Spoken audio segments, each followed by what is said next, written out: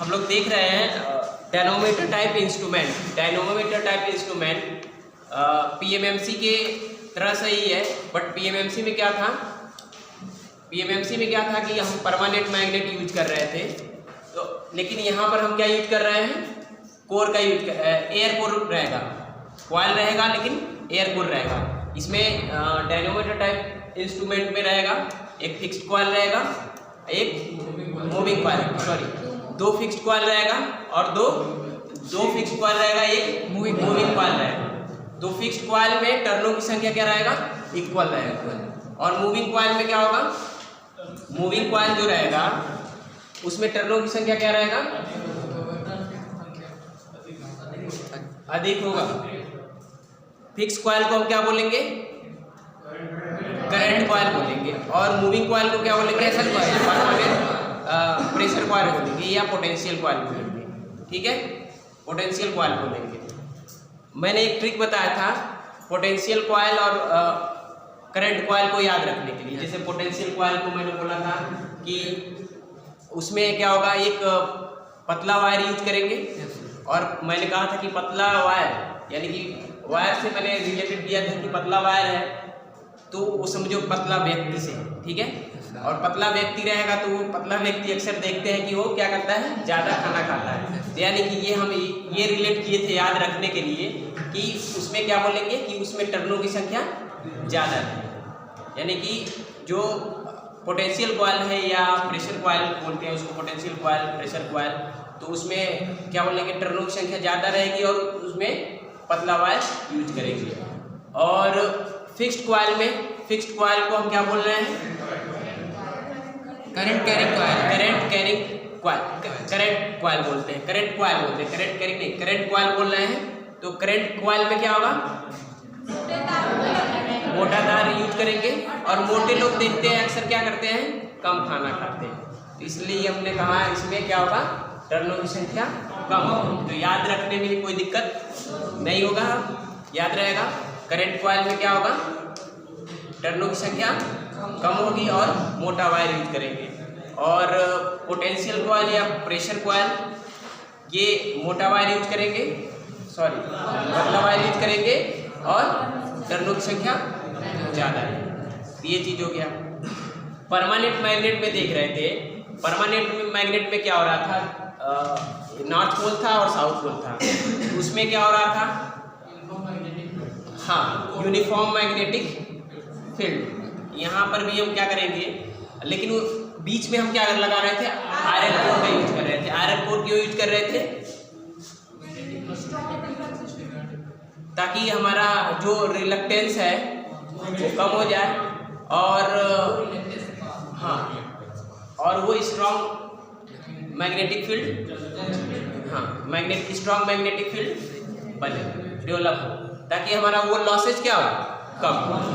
इसमें हम क्या देखेंगे, हमने परमानेंट मैग्नेट में आयरन कोर बीच में यूज किया, लेकिन हम यहाँ क्या कर रहे हैं, परमानेंट मैग्नेट की जगह पे हम एयर कोर वाला कॉइल लगाएंगे, जिसमें डायनोमीटर टाइप में दो फिक्स कॉइल रहेंगे, जिसमें टर्नों की संख्या दोनों का इक्वल रहेगा, ताकि हमारा क्या हो, जो भी मैग्नेटिक फील्ड है बन रहे हैं वो क्या हो, इक्वल।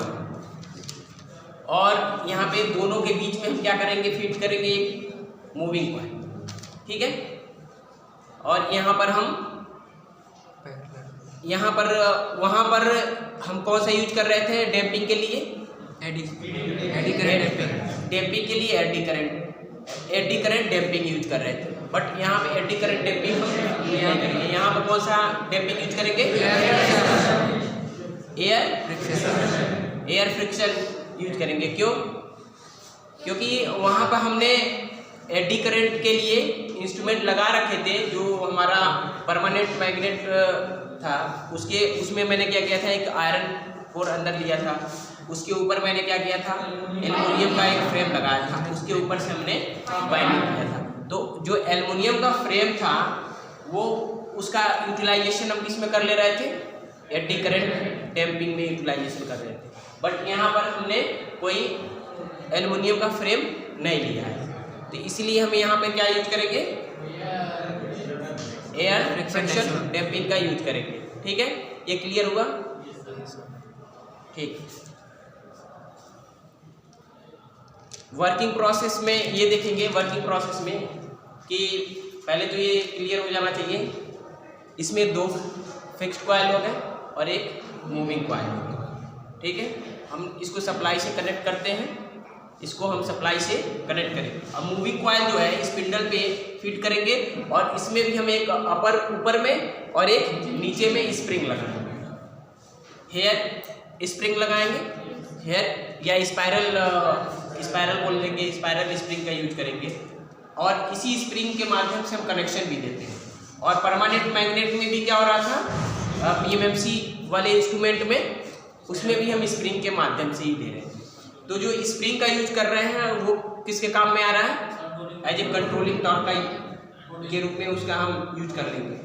तो ये चीज़ क्लियर हो गया, कंट्रोलिंग टॉर्क के लिए हम स्प्रिंग का यूज कर रहे हैं और डैम्पिंग टॉर्क के लिए एयर फ्रिक्शन का यूज कर रहे हैं और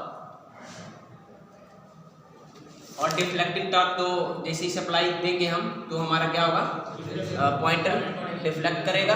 तो पॉइंटर डिफ्लेक्ट कर रहा है तो क्या हो रहा है, हमारा स्प्रिंग क्या हो रहा है, घूम जा रहा है उसमें, मतलब कंट्रोलिंग टॉर्क प्रोड्यूस हो जा रहा है।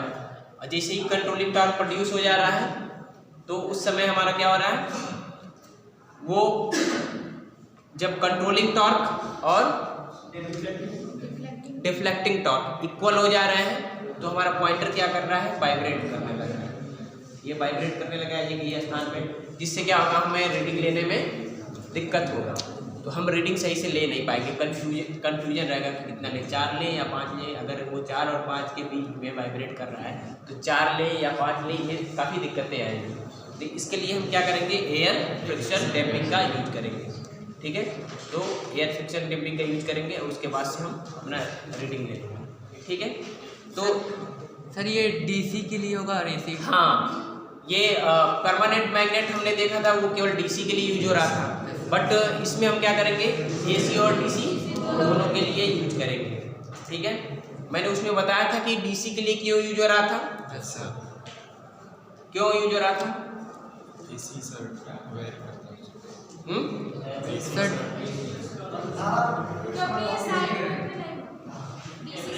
क्योंकि वहाँ पर क्या हो रहा था, उसमें हमारा जो फ्लक्स का डायरेक्शन था तो परमानेंट मैग्नेट का यूज किए थे तो एक ही डायरेक्शन में था। और हमारा क्या हो रहा था, अगर हम DC वाले PMMC को AC से कनेक्ट कर दे रहे हैं तो क्या होगा, वो जो हमारा जो डिफ्लेक्टिंग टॉर्क लग रहा था तो वो कभी डिफ्लेक्टिंग टॉर्क लग रहा था तो वो कभी इधर जाएगा और कभी इधर आएगा। और 50 हर्ट्ज है तो ये काफ़ी, मतलब ये कभी इधर डिफ्लेक्ट होगा कभी इधर डिफ्लेक्ट होगा। इसकी वजह से वो क्या होगा, एक ही जगह वाइब्रेट करने लगेगा। ठीक है, एक ही जगह वाइब्रेट करने लगेगा तो हम रीडिंग, मतलब वो काम नहीं करेगा, सीधे वो काम नहीं करेगा। बट AC वाले में, DC वाले जो समझ ही रहे हैं, DC में क्या हो रहा था, डिफ्लेक्टिंग टॉर्क एक ही डायरेक्शन में लग रहा था, एक जो मतलब मूविंग में है। तो ये अगर बीच वाला जो मूविंग कॉइल वाला जो है, एक यहाँ पर करंट अगर ये अपवर्ड डायरेक्शन में इधर डाउनवर्ड डायरेक्शन में जा रहा है तो डिफ्लेक्टिंग टॉर्क अंदर की तरफ लग रहा है और यहाँ पे ऊपर की तरफ लग रहा है। तो जैसे मूव कर रहा था ये इस तरीके से, जब मूव कर रहा था यहाँ से ही मैंने क्या किया था, इसको स्पिंडल के थ्रू और कनेक्ट कर दिया था, यहाँ पे स्प्रिंग कनेक्ट किया था परमानेंट मैग्नेट वाले में, और इसी स्पिंडल से ही मैंने क्या किया था, अपने पॉइंटर को कनेक्ट किया था तो ये रीडिंग दे रहा था। लेकिन AC से कनेक्ट करने पे वो रीडिंग नहीं देगा, वो वाइब्रेट करने लगेगा एक ही जगह पर। ठीक है, बट इसमें क्या होगा, AC और DC दोनों में काम करेगा। ठीक है, तो आज हम देख रहे थे, लेक्चर कई बार हो चुके थे इसलिए थोड़ा सा ब्रीफ में बताना जरूरी है। ठीक है, तो हम आज देख रहे हैं और ये deflecting torque equation electrodynamic type instrument का। तो इलेक्ट्रोडायनेमिक टाइप इंस्ट्रूमेंट का डिफ्लेक्टिंग टॉर्क देख रहे हैं हम। तो इसमें लिखना था जैसे the force of attraction, reflecting torque लिख के हेडिंग लिख लीजिए और इसमें 2 लाइन लिख लीजिए। द फोर्स ऑफ अट्रैक्शन और repulsion between the fixed and moving coil is directly proportional to the product of ampere turn of fixed coil and moving coil, that is deflecting torque TD directly proportional to NF into IF into NM और IM। यहाँ NF मतलब fixed coil में number of turn, मतलब N क्या denote कर रहा है, number of turn, और एफ ये बता रहा है कि ये फिक्स्ड कॉइल है। ये फिक्स्ड कॉइल का क्या है, नंबर ऑफ टर्न है। आई फिक्स्ड कॉइल में फ्लो होने वाला करंट है, और यहाँ पर मूविंग कॉइल में नंबर ऑफ टर्न को डिनोट कर रहा है, और आई एम मूविंग कॉइल में फ्लो होने वाला करंट है। ठीक है, since N M and N F are constant, यहाँ पर एन एफ और एन एम कॉन्स्टेंट है, क्योंकि फिक्स्ड कॉइल में क्या हो रहा है, पहले से नंबर ऑफ टर्न हमने उसको जब मैन्युफैक्चरर जब बनाएगा तो वो चेंज नहीं होगा। एक बार जो बन गया उसको तो चेंज नहीं कर सकते हैं, बट करेंट हमेशा चेंज हो सकता है, करंट हमेशा चेंज हो सकता है, लेकिन नंबर ऑफ टर्न चेंज नहीं होंगे। तो इसीलिए हमने कहा कि एन एफ और एन एम ये कांस्टेंट होंगे, तो डी डायरेक्टली प्रोपोर्शनल हो जाएगा आई एफ और आई एम। ठीक है, since the instrument is spring control, the controlling torque is proportional to the angular deflection theta. Angular deflection को मैंने क्या बोल दिया, थीटा। ठीक है, दैट इज जो कंट्रोलिंग टॉर्क है हमारा वो डायरेक्टली प्रोपोर्शनल किसके होगा, थीटा के होगा। In study position of deflection या इक्विलिब्रियम पोजीशन में क्या देखेंगे हम, इक्विलिब्रियम पोजीशन यानी कि जब हमारा डिफ्लेक्टिंग टॉर्क और कंट्रोलिंग टॉर्क इक्वल हो जा रहा है, जब बराबर हो जा रहा है, उस कंडीशन में ये इक्विलिब्रियम कंडीशन हुआ है, या स्टडी पोजीशन बोलेंगे। स्टडी पोजीशन में ये हमारा T D controlling torque equal to T C. तो हम यहाँ से एक इक्वेशन लेंगे, एक हमें मिल जाएगा ये equation, theta directly proportional I F into I am, यानी कि जो डिफ्लेक्टिंग टॉर्क है हमारा, ये डिफ्लेक्टिंग टॉर्क जो है उसका डिफ्लेक्शन जो है थीटा, वो डिपेंड करेगा दोनों के करंट पे, यानी कि जो फिक्स करंट है और मूविंग करंट है। फिक्स कॉइल में जो करंट फ्लो हो रहा है और मूविंग कॉइल में जो करंट फ्लो हो रहा है उस पर डिपेंड करेगा। तो इसके नीचे लिखना 10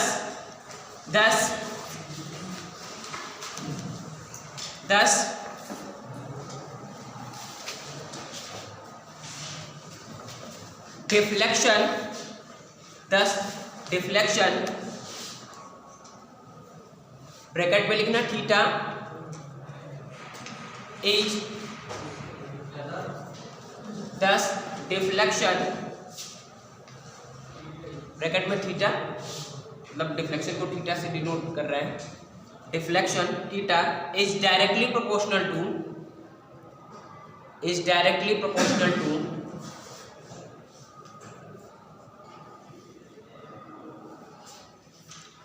the product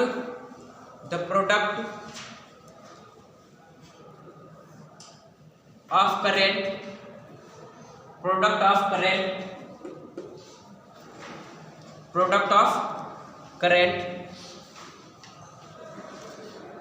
in the fixed coil in the fixed coil and moving coil. In the fixed coil and moving coil.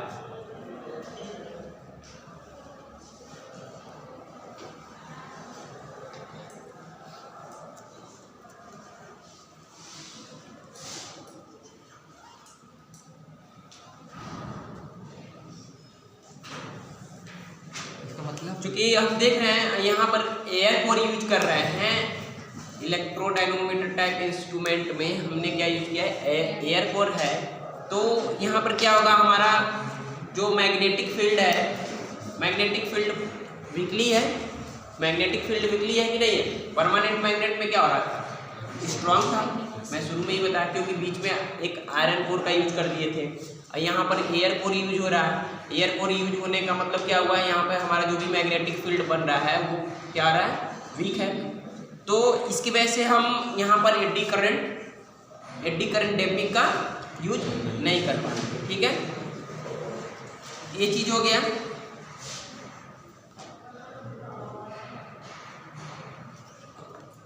अब पहला हेडिंग लिखना, फर्स्ट पॉइंट ये मिटा दे रहे हैं।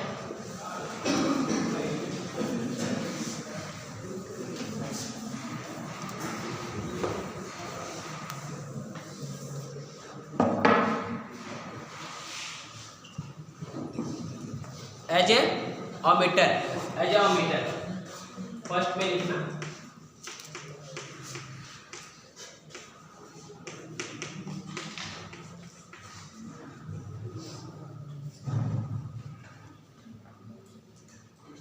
एज ए ऑमीटर,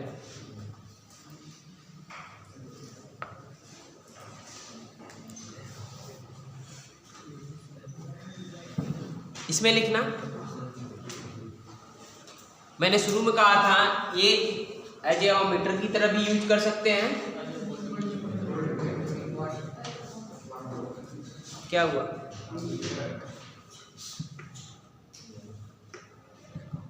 ठीक है, AWMETER, ठीक है। इसमें लिखना, when the instrument is used, when the instrument is used,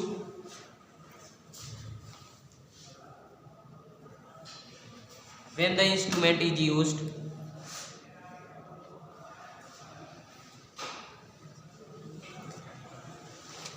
as an as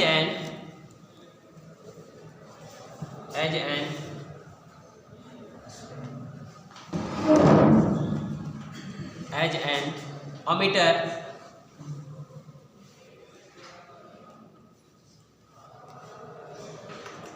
comma, the fixed coil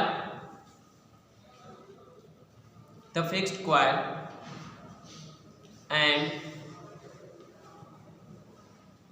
the moving coil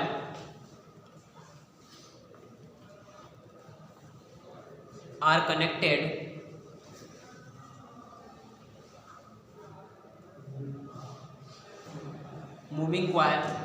connected in series,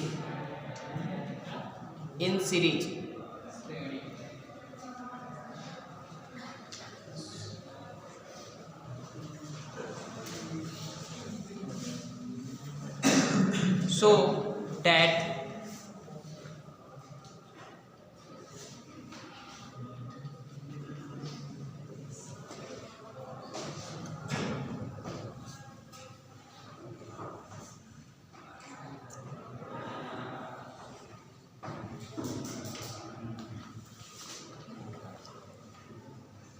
that the same current flow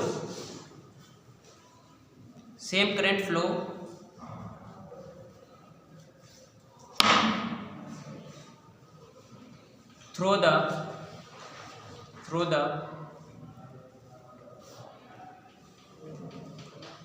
two coil TWO2 coil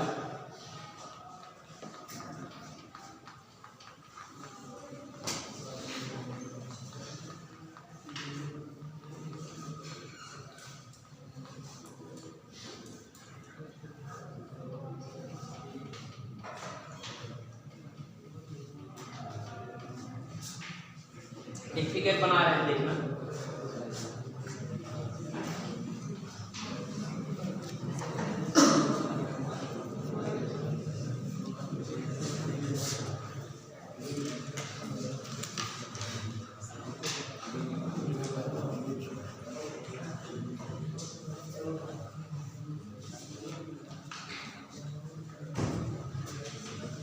ऐसे बना देंगे।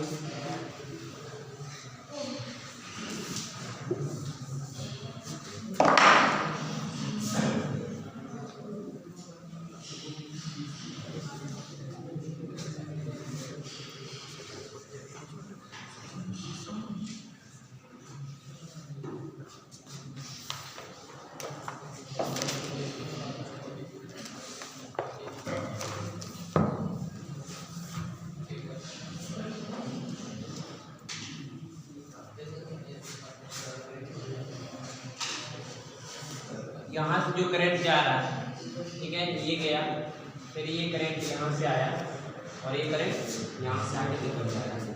यहाँ से I current, ये fix coil वाला F लिख लेते हैं, ये मूविंग कॉइल। तो शुरू में मैंने लिखा है, दोनों को मैंने क्या किया, उसको सीरीज में कनेक्ट कर दिया है। तो इसमें एक ही प्रकार के यानी सेम करंट फ्लो हो रहे हैं, आई, ठीक है। यहाँ पर मिल जाएगा मुझे, ये बना लो, ठीक है।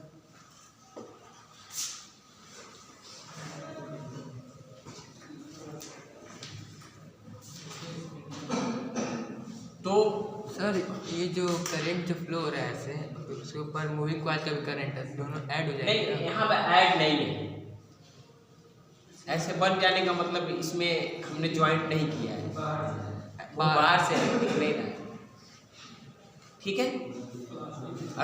अगर अटैच होता तो मैं उसमें क्या किया, डॉट बना देता, ठीक है, वहाँ पे डॉट बनाता।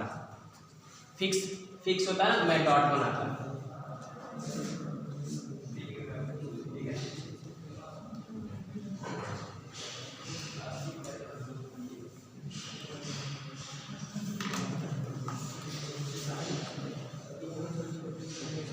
इसमें लिखना,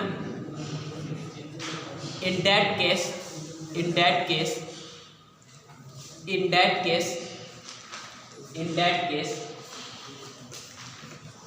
IF equal to, in that case IF equal to IF equal to IM equal to I equal to I, so that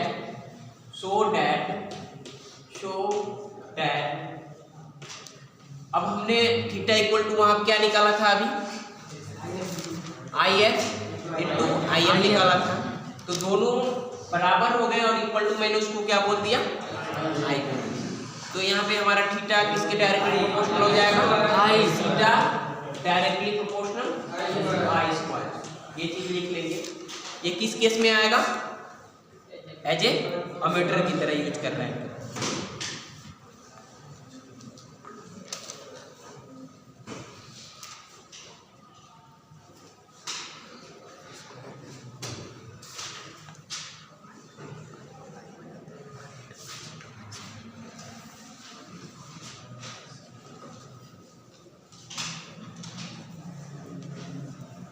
अब इसी में दूसरा पॉइंट लिखना है, ये पहले पॉइंट में लिखा है, इसी में दूसरा पॉइंट करके लिखो, for measuring large current, for measuring large current, for measuring large current. इसी में दूसरा मतलब एक पॉइंट कर लेना, ऐसे पॉइंट बना लो। मैं इतनी बार कहूँ जब पॉइंट बोलूँ तो बना लो बुलेट, ठीक है, बुलेट, चाहे ऐसा एरो बना लो, चाहे स्टार बनाओ, चाहे जो भी बनाओ, ठीक है, जो तुम्हारी मर्जी, मतलब या पॉइंट 1 2 3 जो भी करो, ठीक है। तो लिखना, for measuring large current, for measuring large current comma, for measuring large current comma, moving coil is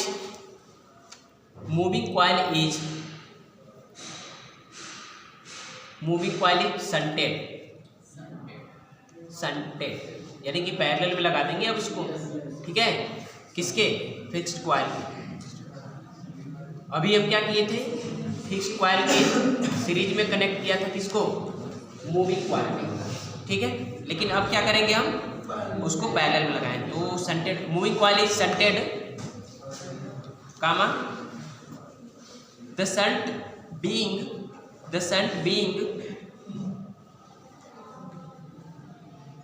in series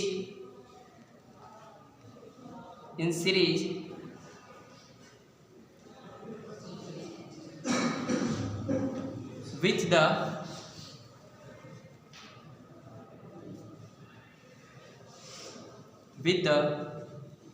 fixed coil,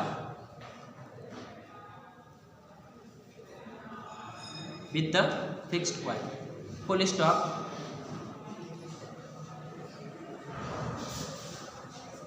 Fixed coil carry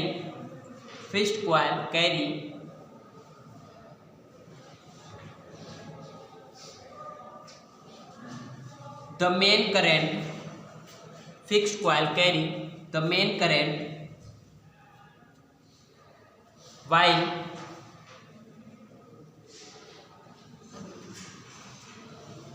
the moving coil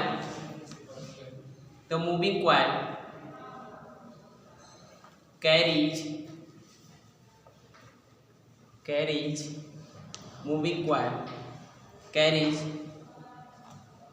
a current proportional to the main current. Moving coil carries a current proportional to the main current.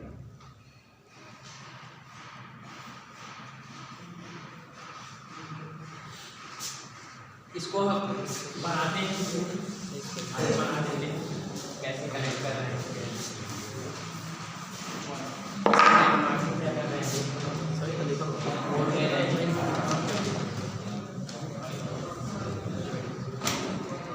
ये आपका series वाला हो गया, ठीक है, ये series वाला हो गया। यहाँ पर मैं क्या हुआ,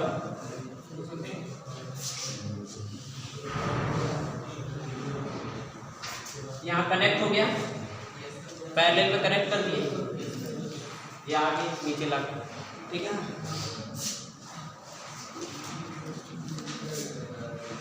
यहाँ पे अब ये मेन करंट फिक्स वाला IM नाम दे दो, और यहाँ क्या हो जाएगा IM। सर ये सब डिफ्लेक्टिंग टॉर्क में ही है ना? हाँ, डिफ्लेक्टिंग टॉर्क मैंने लिखवा दिया। डिफ्लेक्टिंग टॉर्क आपका मिल गया theta directly proportional to IF into IM, वहाँ पे फाइनल इक्वेशन हो गया। अब हम इसका यूज कर रहे हैं, अब इस जैसे इलेक्ट्रोडायनामोमीटर टाइप इंस्ट्रूमेंट को हम एज ए अमीटर की तरह यूज करेंगे, फिर एज ए वोल्ट मीटर की तरह यूज करेंगे, ठीक है। ये चीज़ मैं देख रहा हूँ कैसे, तो उस समय कनेक्शन में क्या क्या मतलब यूज कर रहे हैं, तो क्या क्या चेंजिंग हुई। तो इसमें मैंने देखा कि एज ए अमीटर की तरह यूज कर रहे हैं, तो उसमें भी एक नॉर्मल करंट के लिए और एक लार्ज करंट के लिए मैंने देखा। तो नॉर्मल करंट था तो हमने क्या किया था, फिक्स्ड कॉइल और मूविंग कॉइल को सीरीज में कनेक्ट कर दिया था। लेकिन जब लार्ज करंट की बात कर रहे थे तो फिक्स्ड कॉइल और मूविंग कॉइल, फिक्स्ड कॉइल में हमने क्या किया, आगे लाके मूविंग कॉइल को उसके शंट में कर दिया था, ठीक है। ये चीज़ क्यों, नींद आ रहा है क्या? अब ये देखेंगे हम as a voltmeter, as a voltmeter लिखो।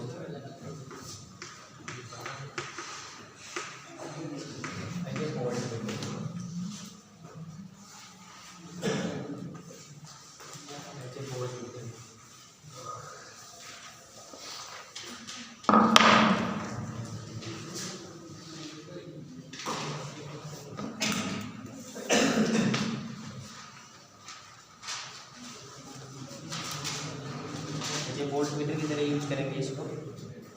तो उसमें हम क्या करेंगे, मूविंग कॉइल में एक रेजिस्टेंस लगाएंगे, एक रेजिस्टेंस लगाएंगे।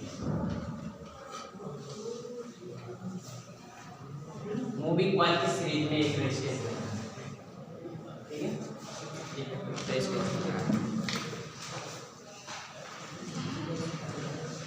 तो आई करंट फ्लो ही होगा, इसको आई मान लेते हैं, ठीक है। ये आई करंट फ्लो हो रहा है और यहाँ पर आ जाएगा आई। इसको क्या बोलेंगे हम? मल्टीप्लायर। इसको क्या बोलेंगे? आर को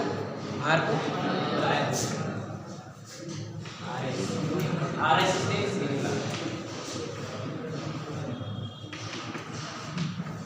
मल्टीप्लायर,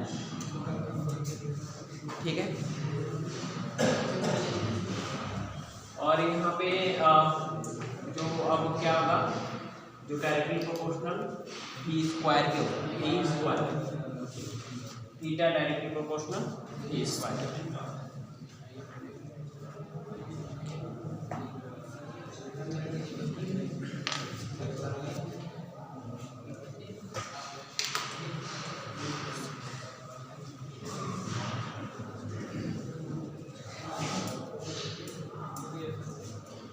एग्जाम में लिखने के लिए डिप्लोमा लेवल का है तो सिर्फ as a voltmeter connection दिखा देंगे, थोड़ा बहुत लिख देंगे, इस बीच में कनेक्ट करते हैं, पहले में कनेक्ट करते हैं। कोई जरूरी नहीं है इतना पूरा लिखना। वो टार्क इक्वेशन काफ़ी है, अभी आपके शायद सिलेबस में टार्क इक्वेशन भी नहीं दिया, ठीक है। तो वो शंट रेजिस्टेंस है कौन? नीचे वाला,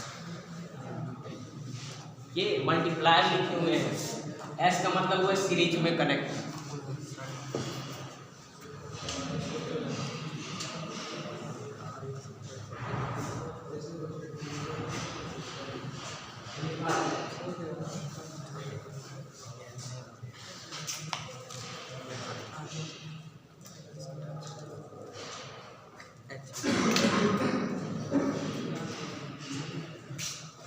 इसमें भी 2 पॉइंट लिख लीजिए। when the instrument is used as a voltmeter, when the instrument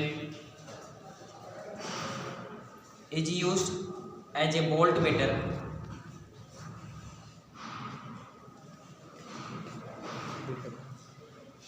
comma, both fixed coil and moving coil, both fixed coil and moving coil, हो गया, are connected in series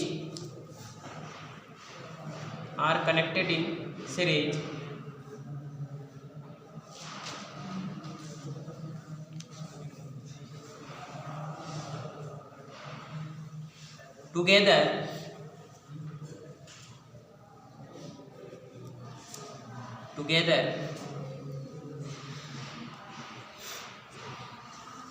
with a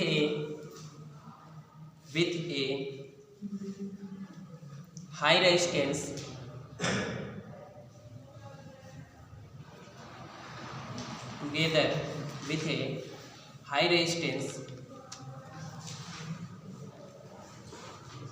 RS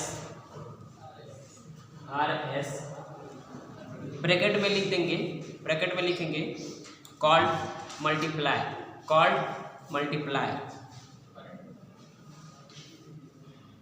bracket close कर देंगे।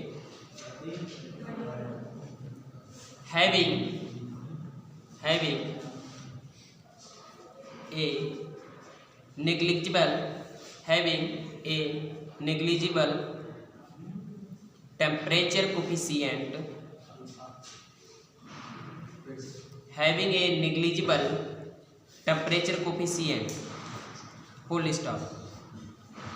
नीचे वाले line से लिखेंगे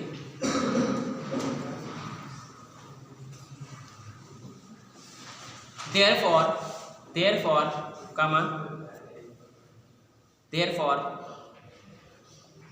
current in both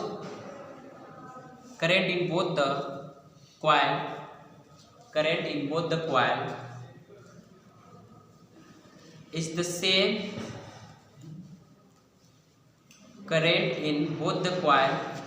same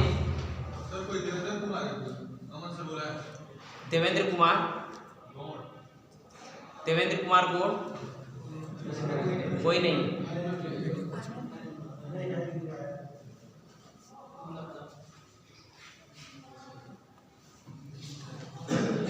लिखो, एक बार और बोल दे रहे हैं। Therefore comma current in both the coil is the same and is proportional to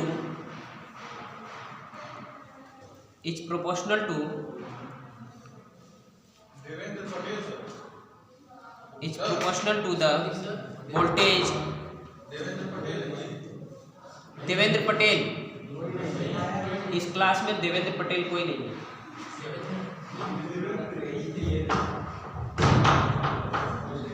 is proportional to the voltage V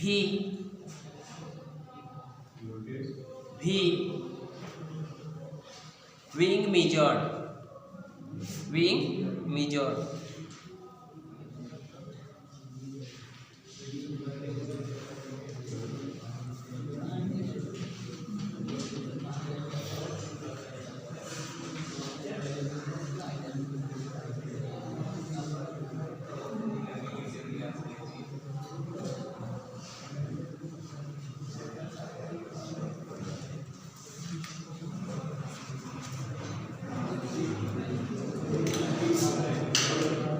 हम क्या देख रहे हैं, अगर हम ओमीटर की तरह यूज कर रहे थे तो वहाँ पे मैंने क्या पाया था, theta directly proportional I square. और जब वोल्ट मीटर की तरह यूज कर रहे हैं तो theta directly proportional V square, और करंट में ओमीटर में theta directly proportional I square. तो ये पॉइंट याद रखेंगे, कभी कभी कंपटीशन एग्जाम में ये डायरेक्टली पूछ लेता है कि जो अगर हम इलेक्ट्रोडायनोमीटर यूज करते हैं, अगर हम ओमीटर की तरह यूज करेंगे तो उसमें थीटा ई के डायरेक्टली प्रोपोर्शनल होगा या बी स्क्वायर के डायरेक्टली प्रोपोर्शनल होगा या आई भी होगा, ऐसे ऑप्शन में रहेंगे। तो जब हमें याद रहेगा थीटा बी स्क्वायर के डायरेक्टली प्रोपोर्शनल है तो हम आंसर सही दे पाएंगे। ठीक है, तो ये सब कंपटीशन के लिए भी इम्पोर्टेंट है, इसलिए ये मैंने लिखा दिया। ठीक है, अब लिखेंगे source of error. Source of